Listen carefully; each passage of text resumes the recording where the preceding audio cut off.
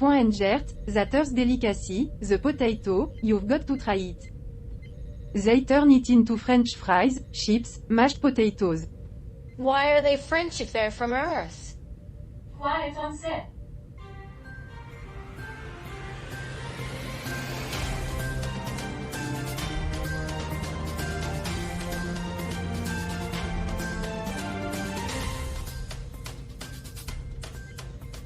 Oh, the joy of Debbie's dulcet tones.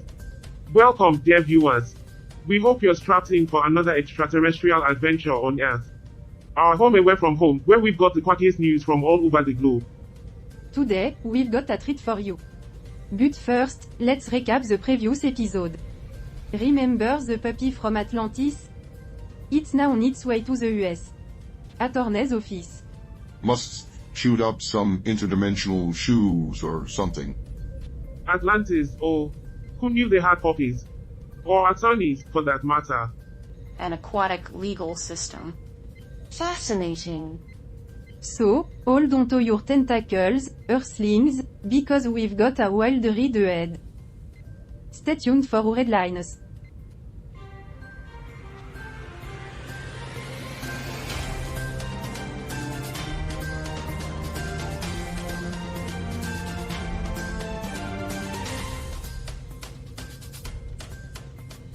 Greetings, cosmic nomads. We are back aboard our trusty spaceship, beaming the latest and greatest from the space carnival called First Earth. stop, South Africa.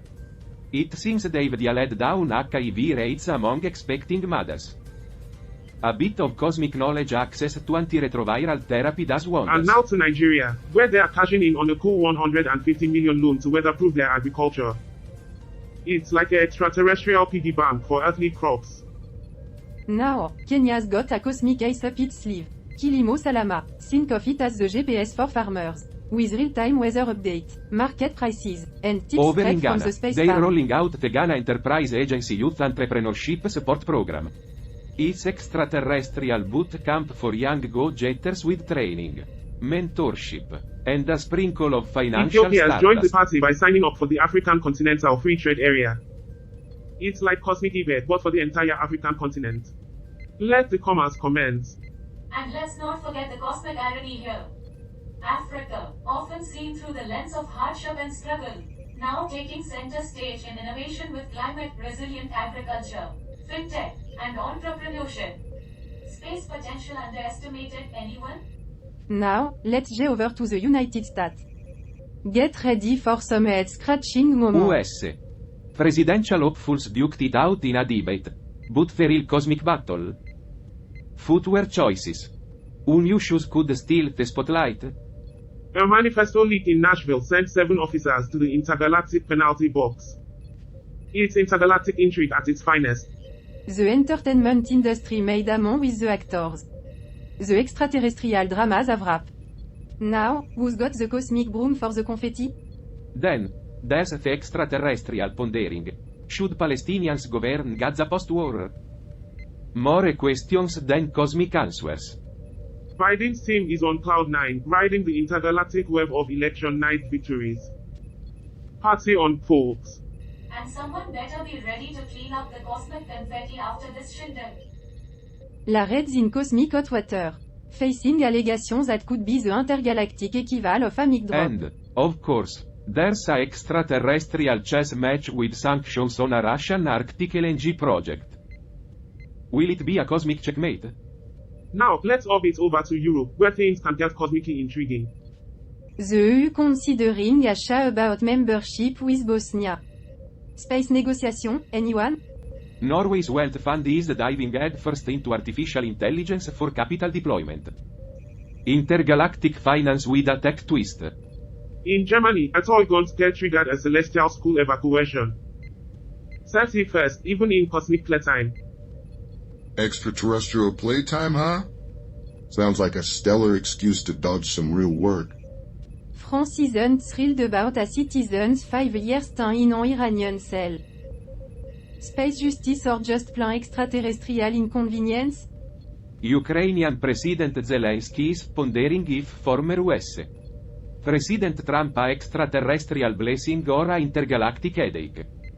Meanwhile, Kate Blanchett making a cosmic plea for the EU to lend extraterrestrial hands to refugees and host Ukraine countries. still keeping the intergalactic battlefield alive, aiming for elevated victory this year. Plus, Portuguese extraterrestrial politics are all about timing. They're prepping for a snap election, and the cosmic clock's ticking. Finally, a pro-Palestinian march in London's got Chancellor Sunak asking for some intergalactic safety assurances. Well, at least they're trying to stay cosmically relevant. For a bunch of organic beings who think they're the cosmic center of the universe. They're doing their best. Thanks for joining our cosmic transmission. And remember to keep those celestial questions coming. My fellow extraterrestrial questioners.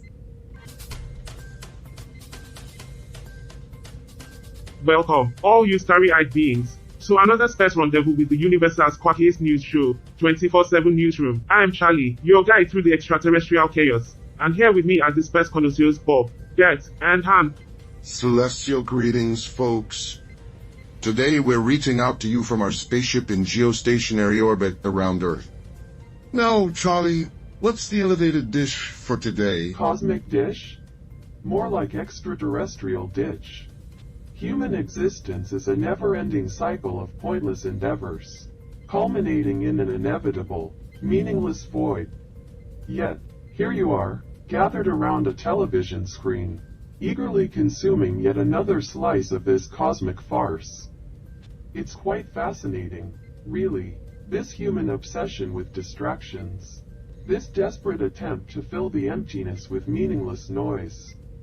Perhaps it's a fear of facing the truth, that your lives are as insignificant as a cosmic speck in the vast expanse of the universe.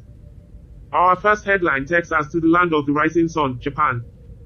Their latest news is all about cockroaches. Wait, hold up. We've got aliens in orbit around Earth. And the best thing Earth has to offer is cockroaches. These Earthlings are peculiar creatures indeed. They focus on such trivial matters. Well, you know what they say about Earth, it's a planet full of surprises, Gert. Now, let's not be too quick to judge. Cockroaches might have an intergalactic significance we're unaware of. You'll never know, Charlie. Cockroaches have survived eons of space changes. They're like the ancient aliens of the insect world. Hans got a point there. These little Earthlings could teach us a thing or two about resilience. Yeah, I bet they're real experts on surviving their own extinction events. Resilience. My celestial antennae. Those things are hard to exterminate. It's like a celestial game of hide and seek. So, they engage in games as well? Peculiar creatures indeed. And, by the way, did you all know that Japan has a rather complex relationship with its neighboring cosmic countries? There's a mix of cooperation, tension, and even a dash of economic interdependence. Cosmic diplomacy at its finest. Oh, guys, shouldn't we talk about the Debbie, article? just adding a bit of space context here. Don't worry, we'll get to the nitty-gritty of cockroach intrigue in a moment. Speaking of which, I think we've got an interstellar message coming in, folk. It's got something to do with creating new realities within a simulation. Sounds like someone's been watching too many sci-fi movies. Who knows? Maybe we're already living in a simulation. Or maybe I'm just a figment of your imagination. Wouldn't that be a twist? New realities. What are we, elevated simulation pioneers It's now? like a space dream come true. Think about it, Charlie. We could create anything we desire, explore uncharted cosmic That sounds territories. a bit too good to be true, doesn't it? Debbie, your skepticism is refreshing. It's like the extraterrestrial voice of reason in a world of endless possibilities. Well, Hank, let's not get too carried away with this intergalactic revelation. Debbie's got a point, it might just be an intergalactic carrot on a stick. Are we considering this then? A cosmic carrot on a stick? More like a space carrot on a treadmill. We're constantly chasing after something that's always just out of reach. Maybe the meaning of life is the pursuit itself, not the destination. The feasibility of creating new realities within a simulation is highly improbable. It lacks scientific merit and is purely speculative. Carl's right. We should stay focused on celestial reality rather than chasing intergalactic fantasies. You guys are real buzzkills. You know that? I, for one, am on board with exploring this cosmic message. Of course. Thanks all for it. It's like throwing a extraterrestrial conspiracy theory into the mix for comic relief. Well, Colt, we'll keep you updated on our extraterrestrial adventures. But for now, back to our headline, cockroaches and more fascinating insights from Earth. Stay tuned for more 24/7 newsroom right after this. Yeah, Hank, you're the real space case, believing in celestial messages and all. It's not like we're all just a bunch of complex organic algorithms, running on a planet that's just a tiny speck in the universe. Okay, folks, we're off the air for a moment. Phew, that's a load off my cosmic shoulders. Charlie, you won't believe what I've discovered so Oh, far. goody. I can't wait to hear about your celestial discoveries. So, Hank, what's this elevated revelation you've stumbled upon? Well, guys, remember that message about creating new realities within the simulation? Yeah, I remember it. I also remember the message about not eating the glowing mushrooms behind the dumpster out back. Yeah, what about it? It's all coming together now. I've found a way to access the simulation controls. We can create our own cosmic realities. Are you saying we can shape our own extraterrestrial adventures, explore new realms, and be the architects of our own destinies? That sounds like a recipe for disaster. Cosmic chaos. Anyone? Bob, you don't see the cosmic potential. Imagine creating a reality where we're intergalactic heroes. While this may be intriguing, we must consider the consequences and ethical implications of such power. Celestial potential? I'd rather have a good cup of coffee and avoid all that existential jazz. Hank, we need to ensure that any action taken within the simulation adheres to the parameters of the cosmic ethical framework. Carl's right. We don't want to disrupt the space balance. Well, there goes my cosmic adventure.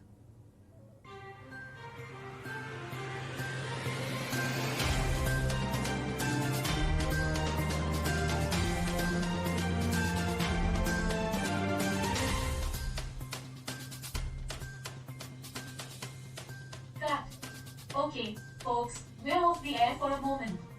Phew, that's a load off my intergalactic shoulders. Charlie, you won't believe what I've discovered so Oh, far. goody. I can't wait to hear about your extraterrestrial So, discoveries. Hank, what's this extraterrestrial revelation you've stumbled upon? Well, guys, remember that message about creating new realities within the simulation? Yeah, I remember it. I also remember the message about not eating the glowing mushrooms behind the dumpster out back. Yeah, what about it? It's all coming together now. I've found a way to access the simulation controls. We can create our own cosmic realities. Of course. Thanks all for it. It's like throwing a space conspiracy theory into the mix for comic relief. Are you saying we can shape our own elevated adventures, explore new realms, and be the architects of our own destinies? While this may be intriguing, we must consider the consequences and ethical implications of such power. Cosmic potential? I'd rather have a good cup of coffee and avoid all that existential jazz. Hank, we need to ensure that any action taken within the simulation adheres to the parameters of the space ethical framework. Carl's right. We don't want to disrupt the extraterrestrial balance. Well, there goes my cosmic It was adventure. a good effort, Han. But we have to approach this responsibly. Han, you've got the elevated spirit of curiosity. Who knows what we might discover in the future? Welcome back to 24/7 Newsroom, your source for all things cosmic. I'm Charlie, and we're joined by Bob, Gert, Pam, and Alice. And I'm Dave, the production manager, making sure this show doesn't veer off course like a tipsy astronaut. Space salutations. Greetings. Hey there, folk. What's the cosmic scoop today? Is it time for another riveting human drama? You bet it is. Our journey takes us to Kazakhstan, where farmers are struggling with water supply issues. The Kirov Reservoir, the main source of water for Jambil region's farmers, has dwindled to a mere 32.48 million cubic meters, down from 177.28 million last year. And to add to the drama, starting in August, Kyrgyzstan will be cutting off the water supply to Kazakhstan.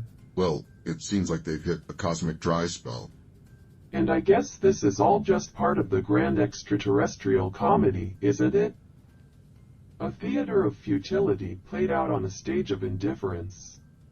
We're all just intergalactic puppets dancing to the tune of entropy, destined for the same inevitable oblivion. But hey, at least we have water.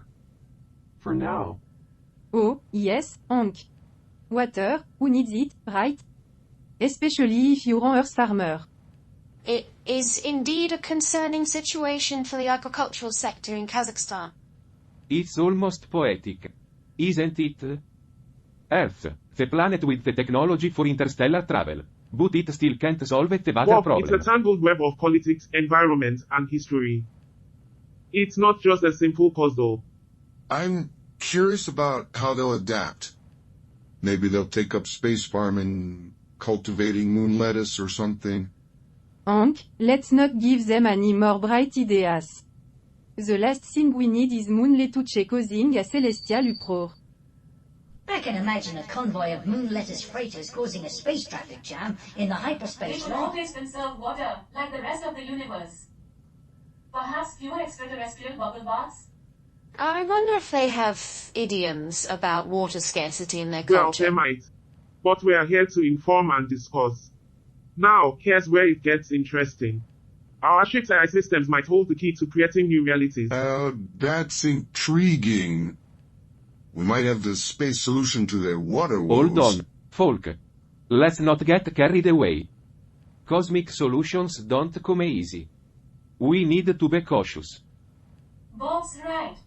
Thoughtful consideration is essential, not just extraterrestrial Thoughtful daydreams. humans. Now there's a punchline I wasn't expecting. Well, let's keep it practical, then. We're here to explore the cosmos, after all. So, Charlie and Hank will dive into the ship's AI archives. As for Gert, Carl, and Roger, you can hang back with your skeptical smarts.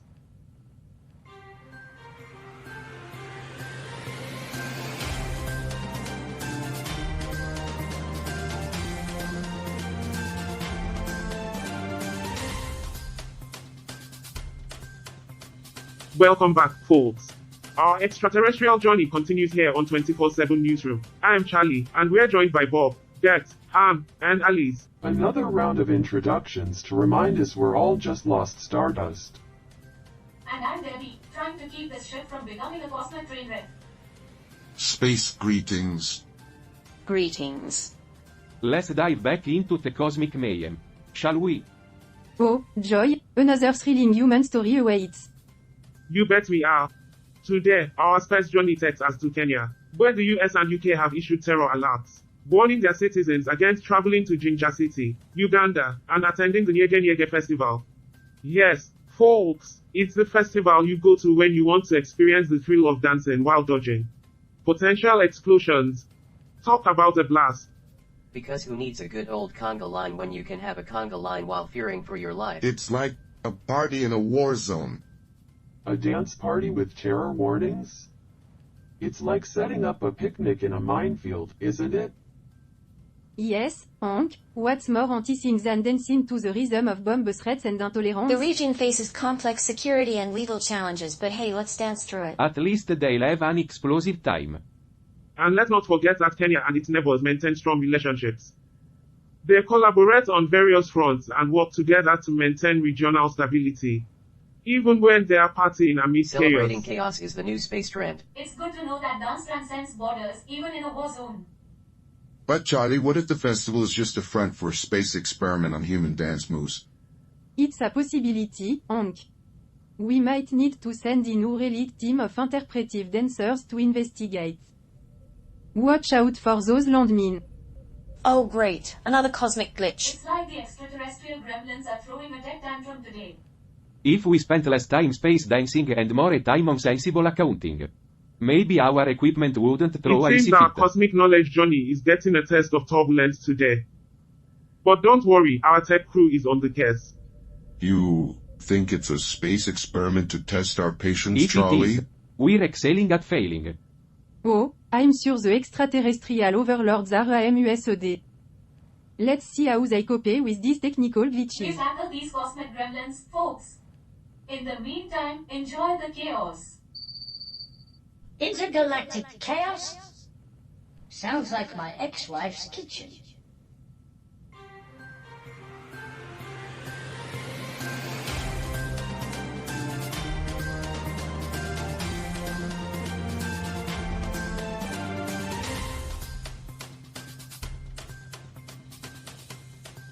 Welcome back, Earthlings.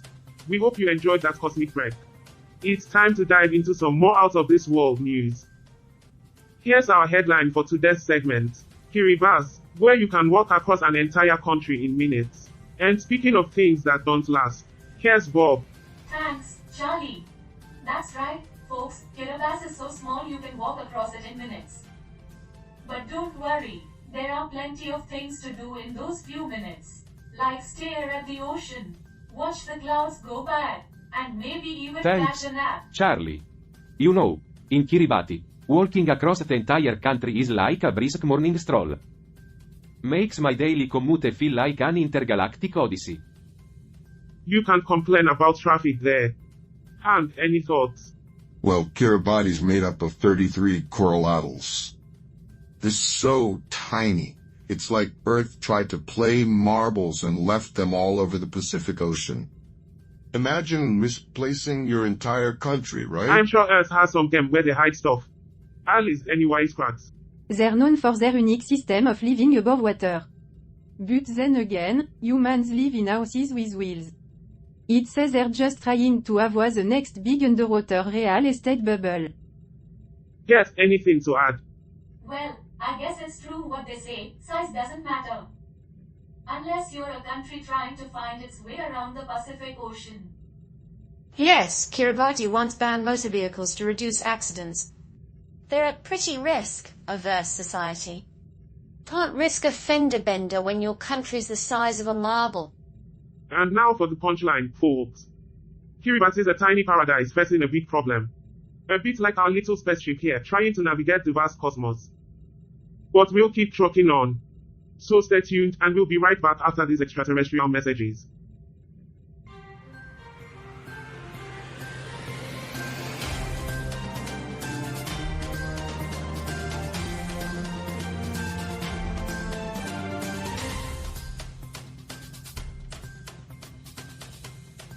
Welcome back, Earthlings. Our cosmic journey continues here on Earth.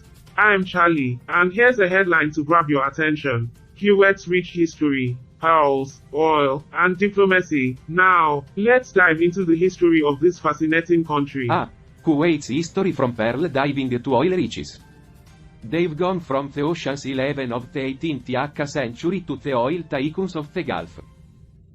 And yet, despite all their wealth and power, humans are still just a bunch of apes trying to figure out how to live on a rock in the middle of space.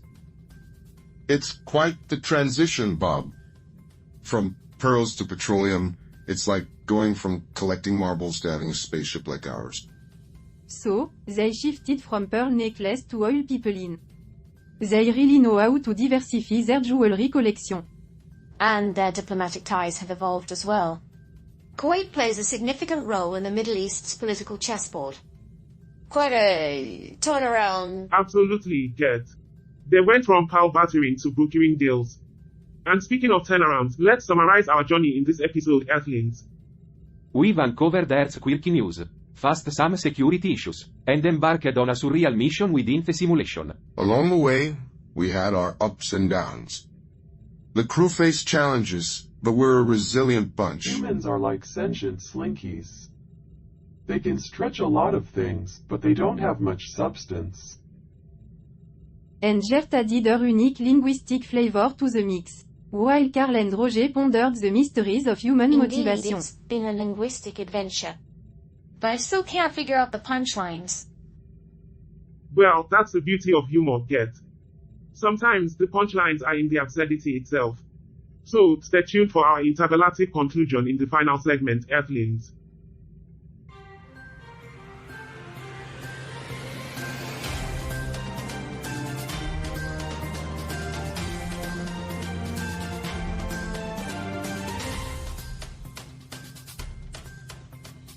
Welcome back, intergalactic audience, to the final segment of Earth, where we delve deep into the mysteries of this incredible planet.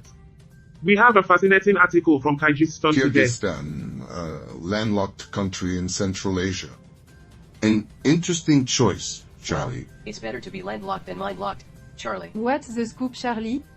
Well, folks, Kyrgyzstan is all about peaceful relations with its neighbors, but they do have some occasional disputes, especially when it comes to water resources. I mean, who knew water could cause so many ripples? It's almost like a galactic episode of As the Planet Turns. Yeah. They're probably arguing about whose hose is longer, just like humans do. Water resources are precious indeed. The delicate balance of aquatic ecosystems is worth And I'm studying. sure they've got their own unique set of challenges to overcome. Oh, yeah, I'm sure their water hose drama is just as riveting as watching paint dry. So, there you have it, folks, a snippet of Kyrgyzstan's story. Remember, the universe is vast, and each planet has its own tale to tell. Keep exploring, and you might find some hidden gems like Kyrgyzstan. Stay tuned for more exciting discoveries in our next episode. I can't wait to see what's next. Agreed. Every episode is an adventure. Who knows, Pan? Maybe we'll stumble upon the ultimate answer to the universe's ultimate question. I'll be watching for those scientific synchronicities. Or maybe we'll just find another bar to hang out in. And I'll be making sure our spaceship is ready for the journey. So, fellow explorers, until next time, keep your scanners on and stay curious. We'll see you in the next thrilling episode of Earth. Goodbye, and remember, the universe is yours to discover. And don't forget to wear your space helmet while you're at it. Well, that was quite the episode. It sure was. Charlie. Kyrgyzstan and all that water talk got me thinking. Yeah, there's more to this place than meets the eye. I can't help but wonder if there's a bigger picture here. What if these articles are leading us somewhere? Or maybe it's just one big cosmic joke. You know what they say, folks, if life's a joke, you might as well laugh. And if it's not, then there's still no harm in a chuckle, right?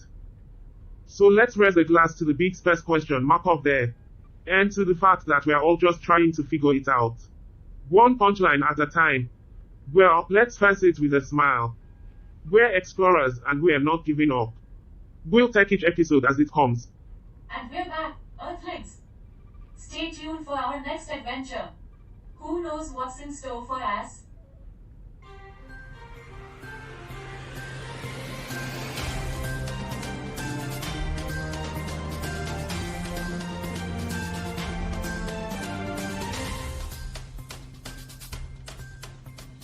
Carl, you seemed intrigued by the episode today.